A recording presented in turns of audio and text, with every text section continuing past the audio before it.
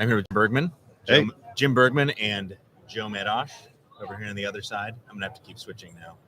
Your camera's over there if you want to say hi to the audience. Hi, audience. This is starting smooth.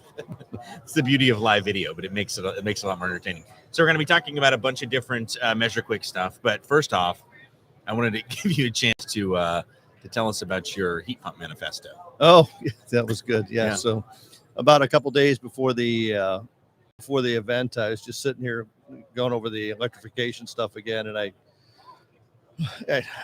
sort of felt like it was time to just get it all out there. So, get it off your chest. Get it off my chest before AHR. Yeah, so I didn't, fester. Yeah. And just really sat down and went through some of the myths that we do about charge and airflow and just the mess we're going to be in, this train wreck we're going to be in if we go to electrification and we don't learn the fundamentals. Yeah. It's just our whole industry has forgotten the most, or never learned the most basic things, like how to make a proper flare, how to torque a flare, how to do a proper evacuation, how to do a decay test, how to set up charge, how to set up airflow. And it's like we have all this technology available today, and people just aren't quite there yet. And it's very frustrating when you hear people talking about electrification. We're going to be spending, tens of thousands of tax dollars on it. You can just see it. Tens of thousands per home. Per home. Oh, per home. Per home. And it's just going to be wasted money. It's going to be wasted money, frustrated people, frustrated contractors, frustrated everybody. And they're going to say, oh, can't do it. See, we told you it wouldn't work in your climate. Right. It's just going to be a mess. So the solution is? The solution is, well, there's a couple solutions. Okay. I mean, at least one. One of them is hybrid systems. We really should go to hybrids. That makes by far the most sense. If we just put hybrid systems in, and I'm all for eliminating the air conditioner, 100%. No more air conditioning, all heat pumps. The cost is very nominal when you start doing it at mass like that. Takes care of a lot of their shoulder season issues. It provides a huge amount of benefit right away, and that to me makes a lot of sense. But trying to do electrification projects on our existing home stock without addressing everything else is just silly. Yeah, well, you have two issues. You have the house and you have the install. And there's two major, one of which they kind of ignore the house. So they're focused on, can I do a better install? And we go back to what's the training? What's the real fundamentals that they're not applying? So that's kind of what Jim ranted on about.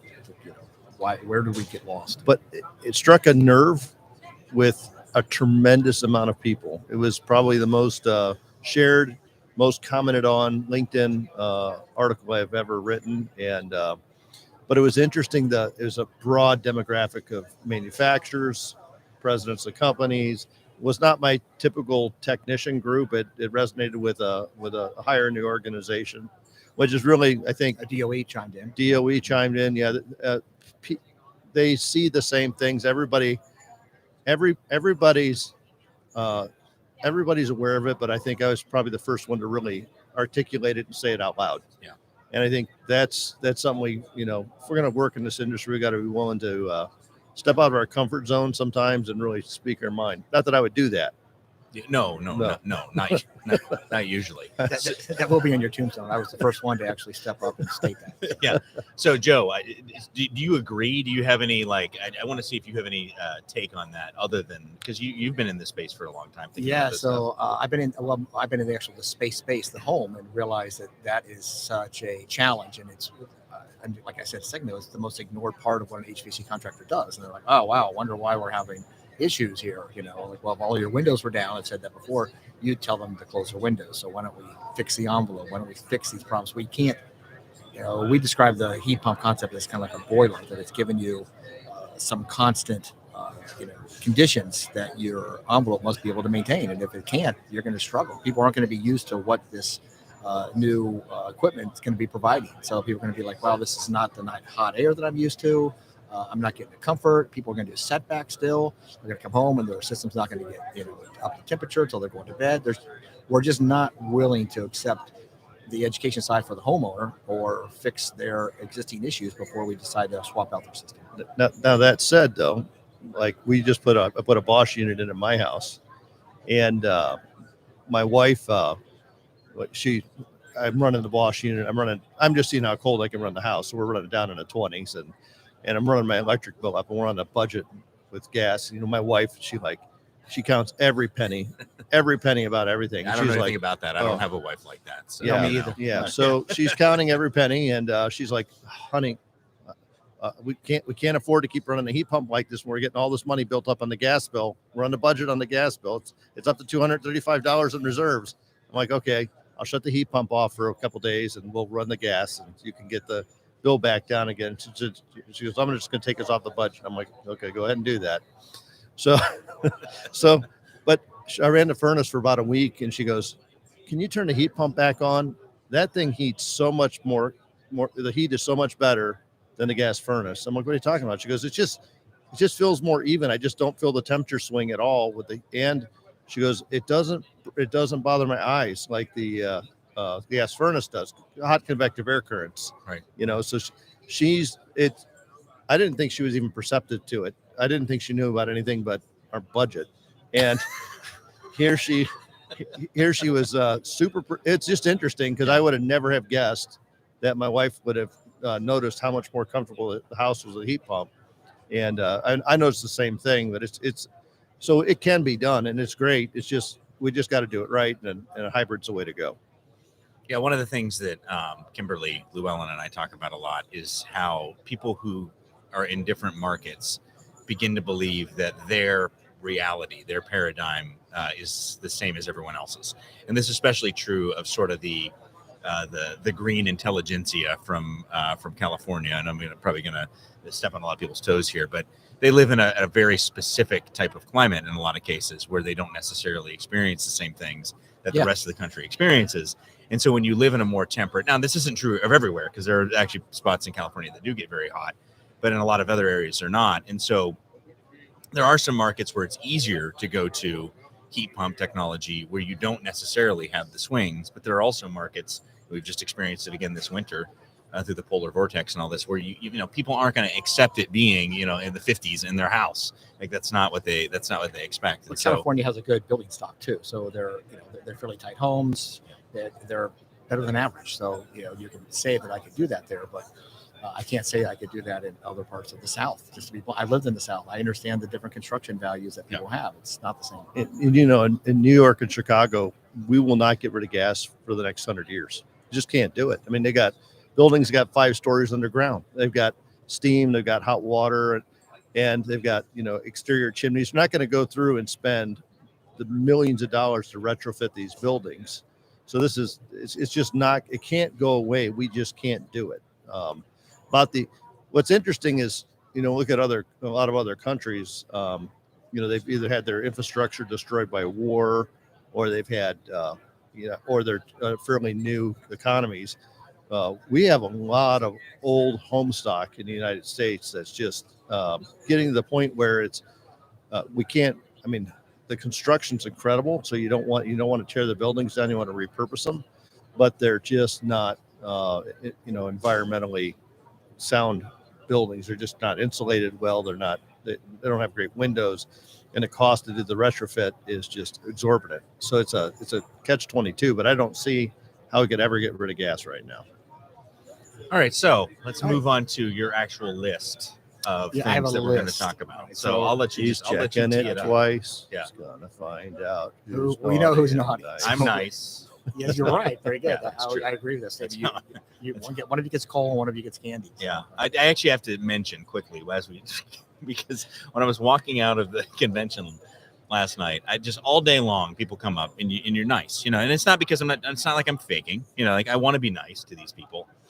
But I have this dichotomy of nice. Then it builds up my stock of mean.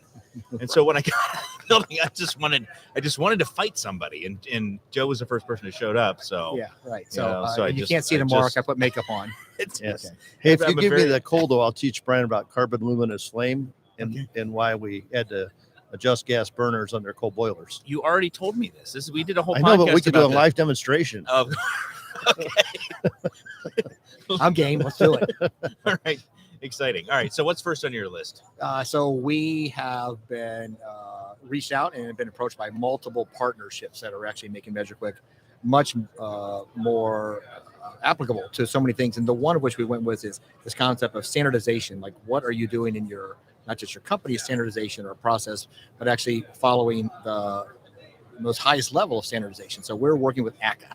So we now are, ACA had an app and 7 people used it and said it really wasn't the best. So they came to us and said, you know what, you guys have a great app. Let's figure out a way to combine forces. So we are now integrating the ACA QI5, and they actually come out with a new one that is verified operation, so that you can actually verify the operation and then actually add on to the QI process for a quality install.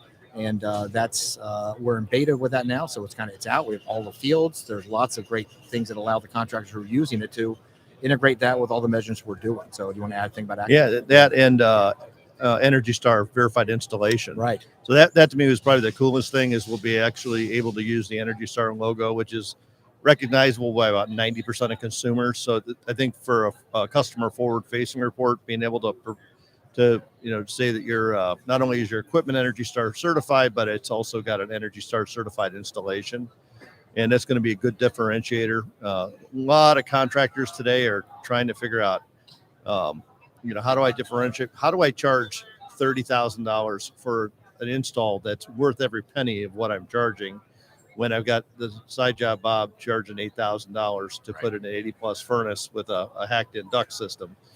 And so they need some tools to differentiate themselves. So we already got a ton of really good feedback and interest on that. And I think it's something that's going to, for us, I think it's going to be a product that people will really like to use.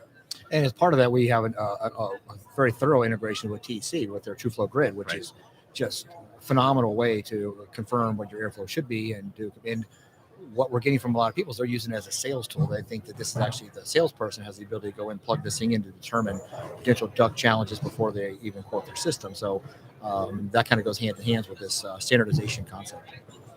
You're going to notice that when you hear that pounding in the background, people are playing skee ball right behind us. Yeah. So, but it adds to the ambiance of the place. Right. Well, we're going to go. We have a reservation right after this. Okay, makes sense. Great prices by the way.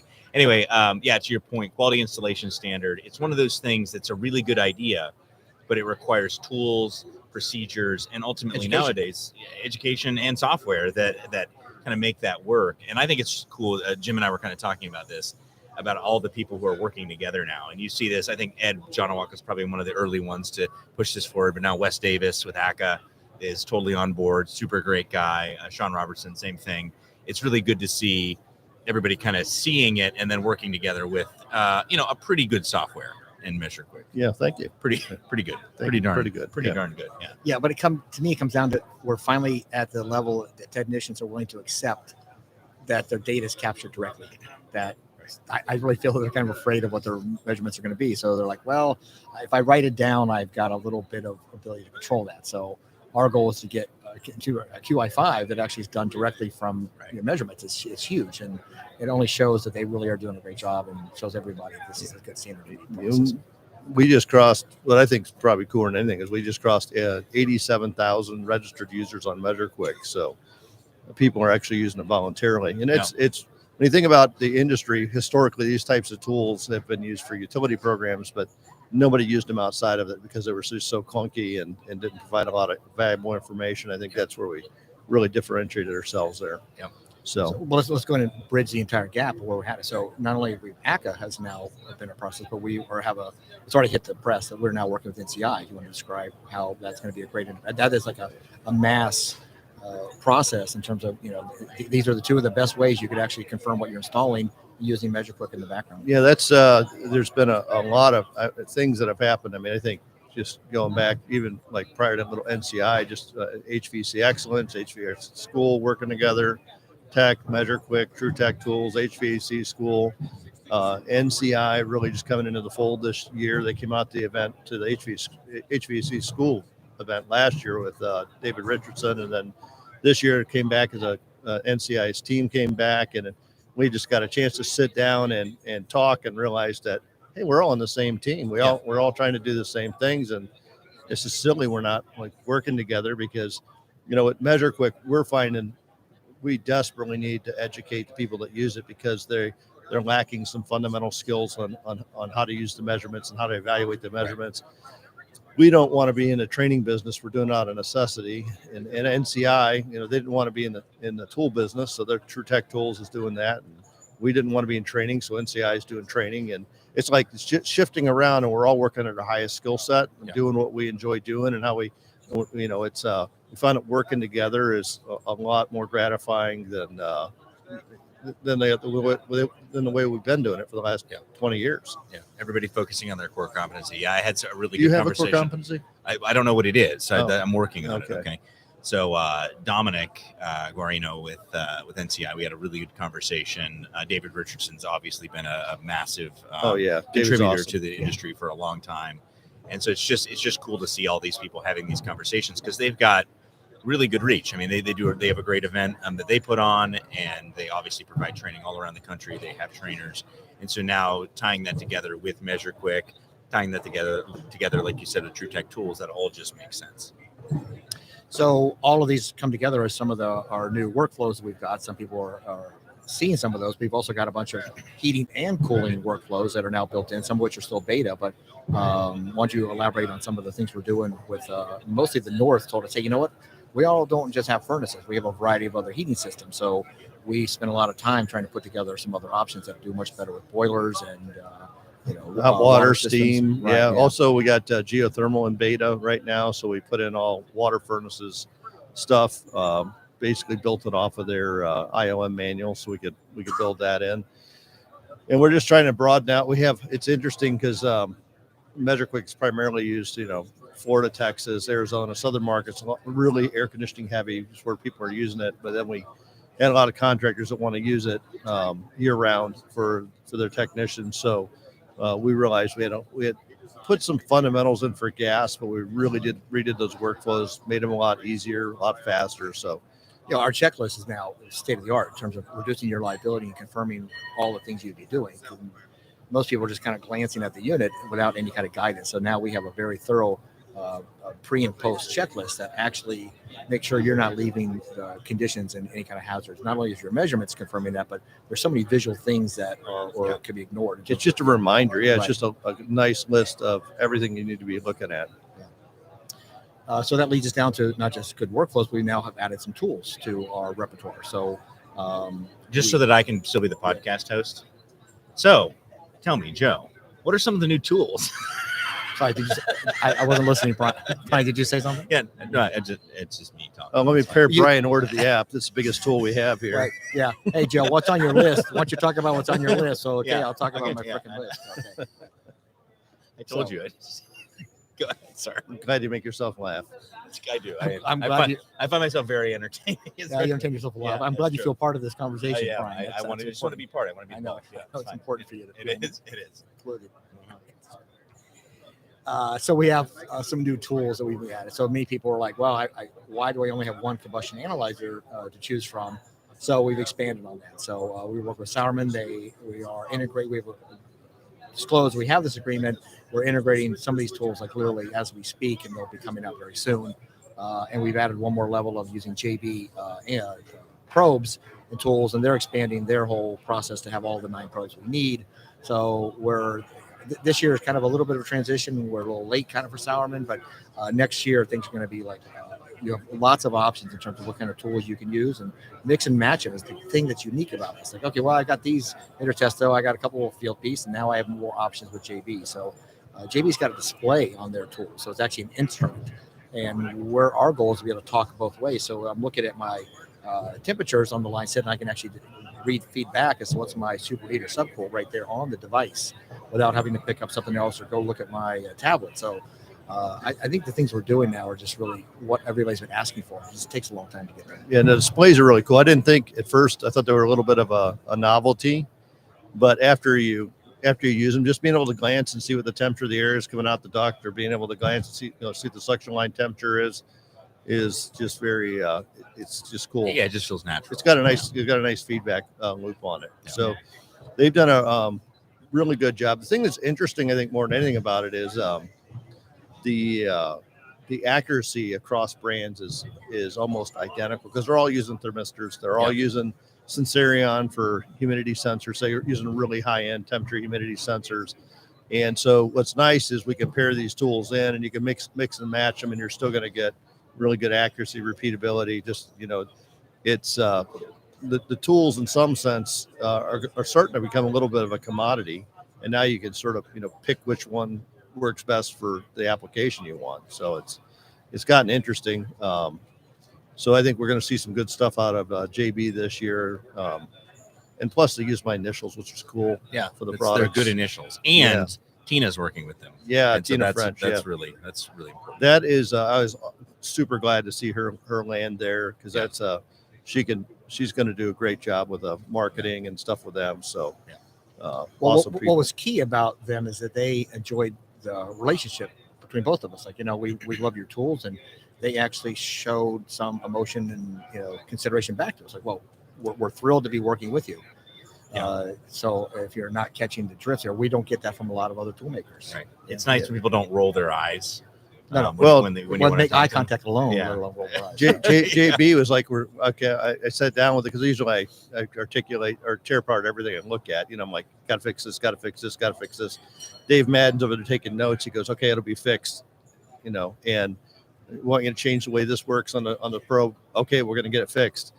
Magnets not heavy enough. Okay, we're gonna change the magnets. We'll reduce this. It's like they're, having that feedback loop. I mean, a lot of times when we see stuff, we see it so late in the game. It's like, and then we're like, okay, well, they didn't even talk to us about this, and we're not sure that the rest of the quality is there to put it in yet. So some products are like, we're gonna wait a little while, because without a good measurement, without a good tool, the measureQuick experience sucks too. It's like, so we want to make sure the tools we're working with integrate well, and that's where JB's been really, really good about working with us to do that. So it should be an interesting tool line, and made in the USA, with international domestic parts, but still it's made here right in Illinois, I believe. So it'll be cool.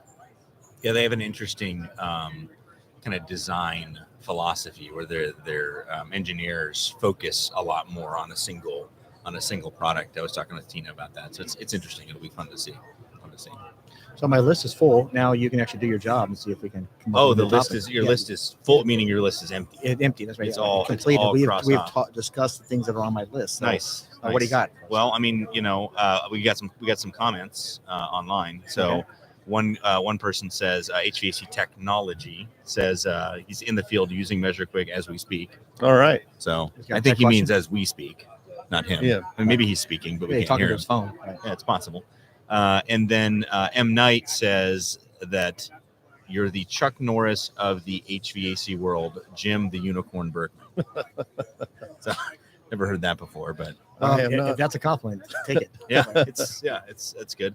So measureQuick, you guys have really been moving recently. So how are you kind of keeping up with all this load? I hired Joe.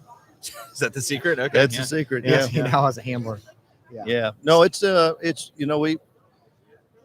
think the way we keep up with it is constant testing and just not getting behind. I mean, we spend a lot of time testing on live equipment before it ever gets out to the field, so that we're really focused on making sure that the user experience is great. There's never any errors in calculations or math. It works the way you expect it to work.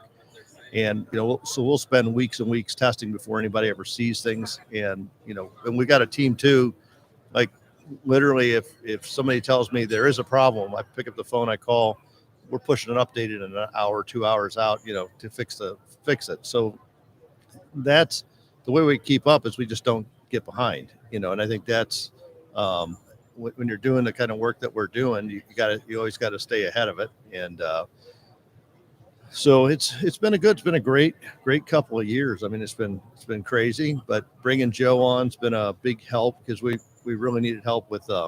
Wait, how did you describe me last time you did this? I hired somebody who was a freaking idiot and knew nothing about the industry. Yeah. But that was very helpful, because he's like, this doesn't make any sense to me. Why are we doing this and this way? And I'm like, because you don't know what you're doing. And but eventually he wore on me, and he complained and complained and complained. Well, now my turn, right? So I fixed it. The issue is that a lot of new technicians, new users, people who haven't used the app, or people are still trying to figure out what's there. And you have great education built into the app. They're like, wait a minute, this is not logical. I'm after the logic as to being intuitive. So you can all criticize that we're not there, but we haven't stopped, and we've only gotten better and better. But it should be something that is intuitive and educating newer users, even those who are out there for doing a while. I actually taught a class recently. The guy's been in the industry 26 years, and we talked about doing static pressure, and he's like, God, Joe, I've never done this correctly my entire career.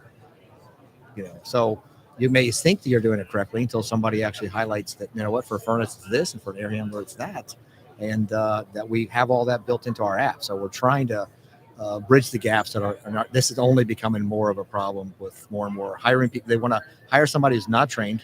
Hopefully they got a skill, they can handle a screwdriver and do something with that. But how do I get them on path with it? And the one thing that's been really enlightening coming into this industry, because I've been in a variety of them, is that the HVAC industry is the most complicated trade, period. There is nothing. You guys are freaking, rocket science engineer people that are trying to control something that a bunch of other engineers said, oh yeah, this is easy. Just go put some stuff here and I'll read this manual, and I'm sure you've got it down. There's no trade. I mean, electricians, plumbers, really? That's it. You guys have nothing compared to the challenges you guys have of all the different equipment, all the different things you're trying to read and measure, and then figure out a way to how the science is working. I'm blown away by how we've been this successful with the challenges that go along with all these technicians. It's really been an eye-opener as to how we can make that better. And the things we measure, we can't see. And that's right. That's what makes it more challenging. I think you just can't see it. Yeah. So for people who are still on the fence about measureQuick, what should they do? Where do they start? We understand that there is a challenge, and if you talk about being overwhelmed, that's our goal, is to try and figure out a way to do a better onboarding. We're working right now on videos to help you figure out how to get your tools done, how to get your count set up, and how to do it. So we'll go on record, because I've learned if you go on record, that kind of pushes you. So we're trying to come up with an easier workflow. We can call it the simplified workflow, is the safest words to use. That is more designed to be kind of an AI, like asking you, like, let's start with, what kind of test do you want to do? I want to do an AC test. Which of these AC tests do you want to do? So some people are like, oh, this is stupid, but you don't realize there's no way to go in between. You have to try to engage the audience as to how to guide them down a path and get them to answer the questions and move on to the next part of it, and then provide the answers and get them to take pictures and, keep track of what they're doing on the job. And that's where we're headed. So we would love to say that's going to be out in a few months, but realistically it'll be out this summer so that people can actually pick the app up and have no idea what it does in theory, but literally answer questions as you go and get what we think you can get out of it. Yeah, our big challenge was that we'll get like 2 or 3 guys at a company that are really tech savvy, really sharp technicians. We're like, this is awesome. We got to use this across the board. Everybody's going to use it. And then they go across 20, 30 techs. And then you realize that the balance of their technicians are very weak in their fundamentals, or they may not like technology, or they may not even have used an iPad before, or some other challenge there. And so we needed something that's more of a step-by-step method to work through measureQuick, because when I built it, I really designed it for me, and I didn't realize it at first because I had a process that I always followed. So going here, doing this, tapping this thing next, it just was all intuitive to me. I'm like, this makes perfect sense. But when Joe came on board, he looked at it from an outside perspective of never using it before. And so we've made it a lot more intuitive, and we're not done. Reworded a lot of things. Right. Yeah. So I see your industry as this challenge of mechanics probably were 15, 20 years ago, where suddenly everything was a computer and they had to connect these cars to a computer. And they told them what to do. And here's you go. You fix this first, second, third, fourth. And I'm sure there was some reluctancy to want to be like, man, I know what this car is. I can touch this engine and tell you what I need to do. And it wasn't long before the industry said, well, if that's your path, you don't work here. So we find that there are companies that actually say, here's how we're going to do it. They follow a standardization, a process. Everybody uses measureQuick, have a much better, obviously standard process, and able to implement it. It's those who are like, you know what, we think this is a good thing to do. Hey, you guys want to do that? Somebody does, but we had one story come back. This is an amazing story. So they only have 11 technicians. One person was clearly a senior technician Like Joe's age. Right, yeah. You know what? People think that we look alike. They let so us say that. I don't know. right. They were like, "Oh, hey, Jim." I'm like, "No, I'm Joe." So clearly, you look so much younger than me, Jim. Mhm.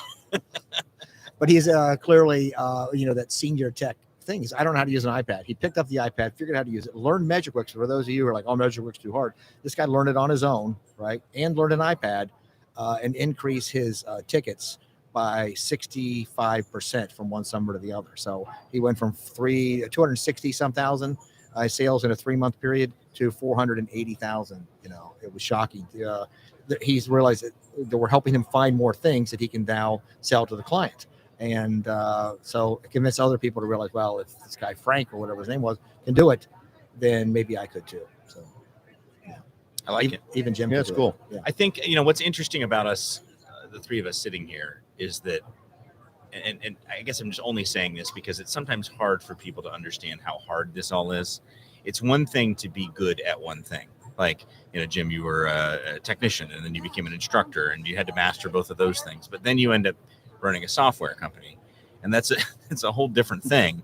And like Joe, you've been doing building science for all this time, but you did a boatload of different things before you did that, and now you're doing the HVAC side of things. And for me, I don't really know what I do. It's just, I don't know, glorified baby. We're trying to figure that out too. It's hard for people. Yeah, it's tough. But for you guys at least, this is a lot of work, and it requires you to kind of have a true north.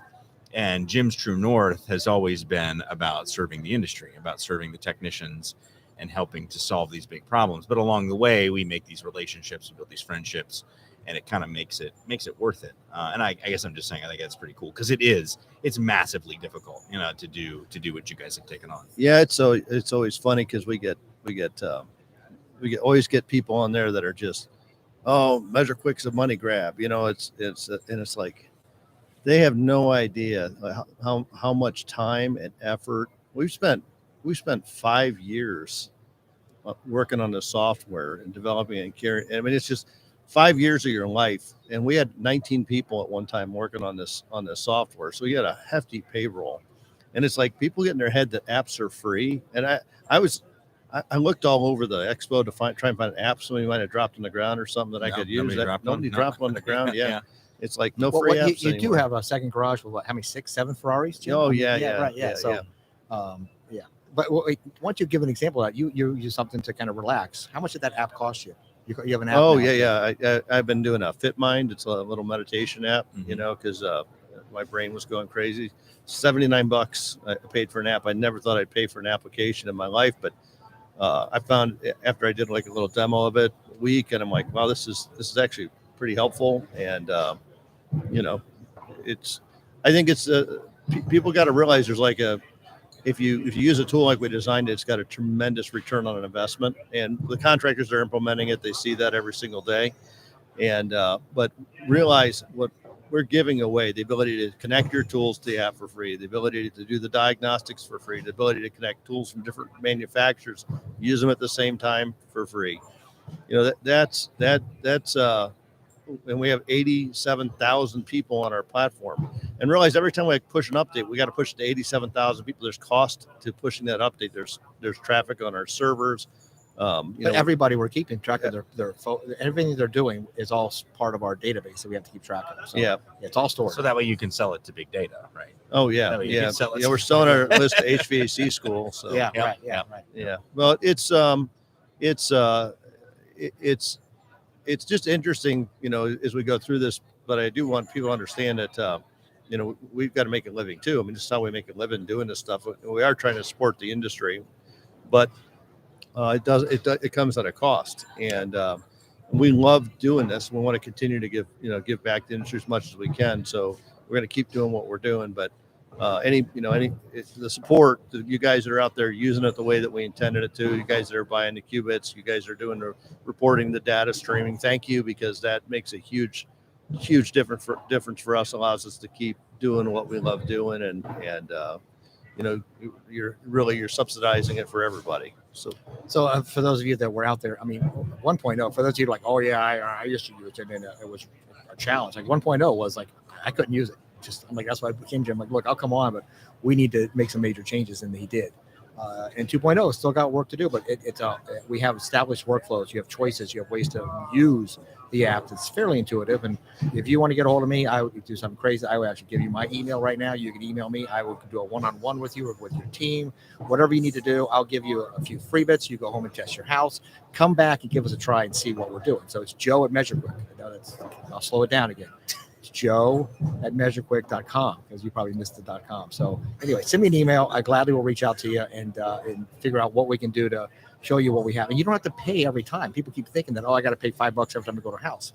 I will gladly explain really what the fee structure is. You pay to get reports or to stream your data or to get lots of pictures or get all of the stuff, but your diagnostics are still free. So, we have a structure, pay as you need, right? We're not gouging you for every time you open up the app.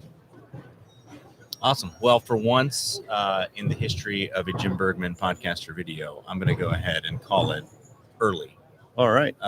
Because we still have a lot of other stuff to do here at the show. But thank you guys for joining us. It's always a pleasure talking to you. And I think this is the first time that Jim and Joe have been the Jim Joe show. So we need to do this more often. It's been fun. Well, I had a list, and you know that you're probably the cornerstone for all of our lists. All those people that I mentioned.